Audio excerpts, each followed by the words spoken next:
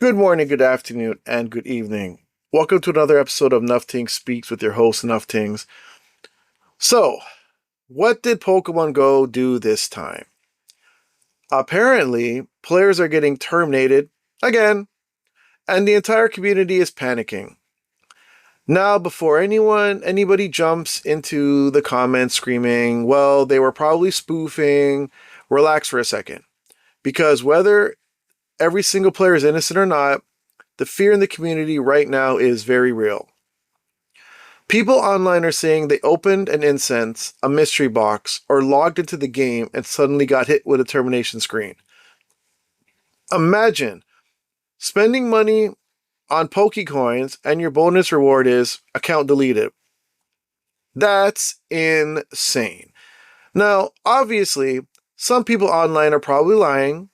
Let's be honest, the internet is full of people who swear they're innocent while teleporting from Canada to Japan in 6 minutes on 12 phones and 3 tablets. But here's the problem. Even if some people are guilty, the communication from the company is still terrible. And that is the real issue. Because this isn't the first time this has happened.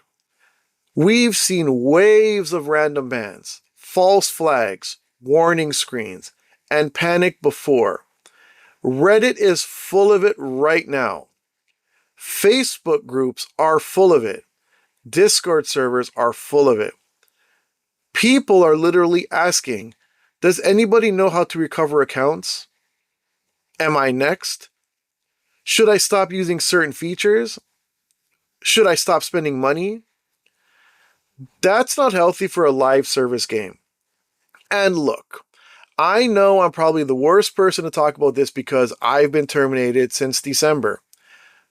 But I've been saying for a long time that the biggest problem with Pokemon Go isn't even spoofing anymore. It's trust. People do not trust the system. Because when people get terminated, the responses are so vague, it almost feels automated. You violated terms of service? Okay. What part?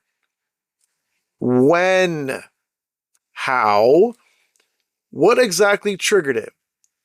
You don't get screenshots. You don't get timestamps. You don't get evidence.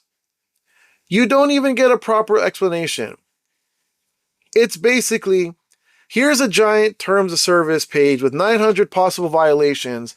One of them might be yours. Good luck. That's crazy. Imagine getting arrested and the police just say, you know what you did. No, officer, I actually don't. Explain it to me. And this is where paranoia starts spreading through the community. Because now legit players are scared. Spoofers are scared. Scanner users are nervous. Multi-account players are sweating. Everybody starts accusing everybody. You see someone post a termination screenshot online and immediately the comments become cheater, spoofer, you deserved it. And I'm sitting here thinking, bro, y'all would be terrible on a jury. Because this community immediately assumes guilt before even knowing what happened. Now, don't get me wrong. If somebody is blatantly cheating, teleporting around the world, abusing software, whatever, okay, Niantic and Scopely absolutely have the right to enforce their terms of service. But if you're going to permanently terminate somebody's account, especially somebody who spent years and money on your game, there should be transparency. Show people what triggered the punishment, because right now it feels random. And when things feel random, people panic. That's human nature. Now, this is the part some people outside the game won't understand. People think Pokemon Go is just a mobile game.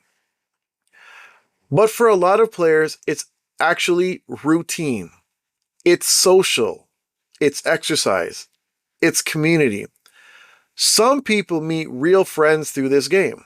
Some people go to raids every weekend.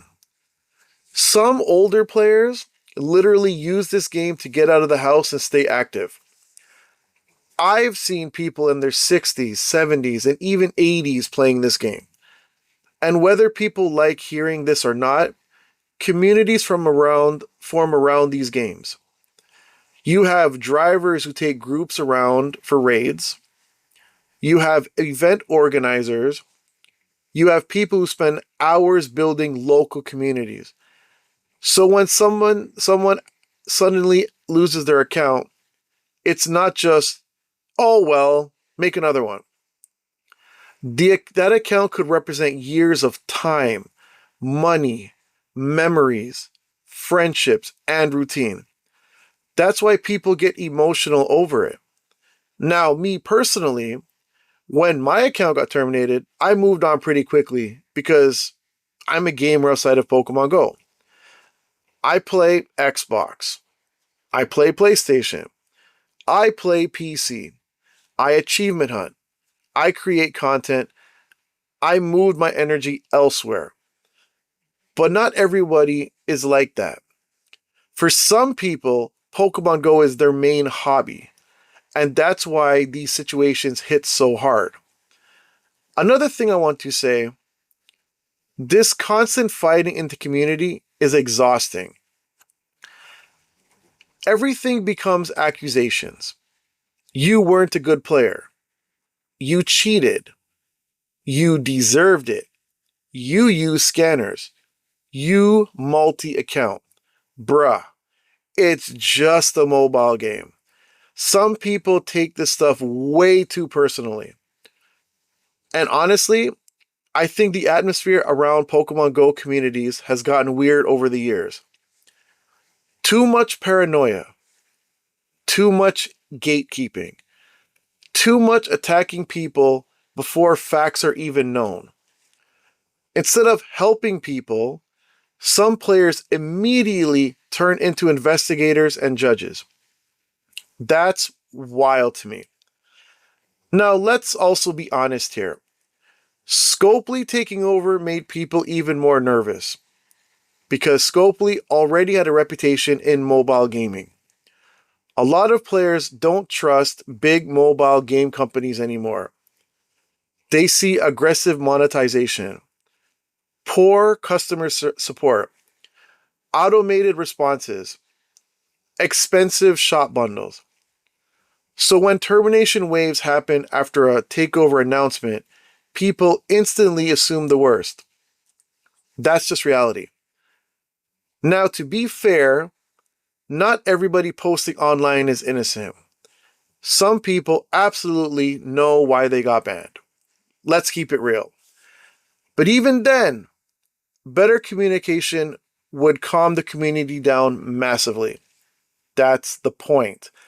Because right now, people are scared to use certain features, spend money, trust support, or even believe the system is accurate. And that's not good for any online game long term. One thing that still blows my mind, even after termination, I could still access parts of the Pokemon Go web store. That's crazy to me. Most companies lock down everything immediately, but somehow the system still lets you look around and almost buy things. That just adds to the confusion. Now, before I end this video, let me say this clearly.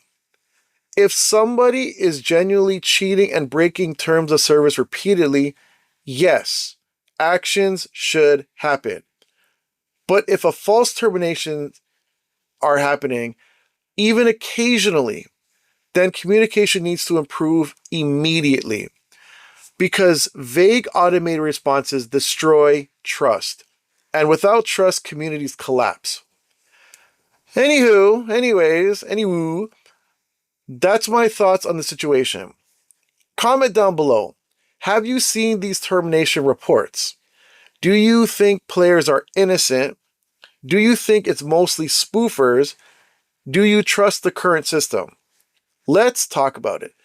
And please, try not to instantly attack each other in the comments.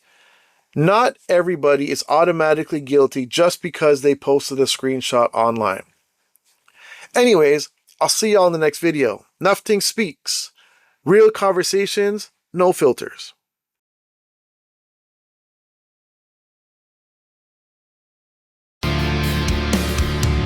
Another late night chasing down the light for the grind that Nufftingz has to fight against.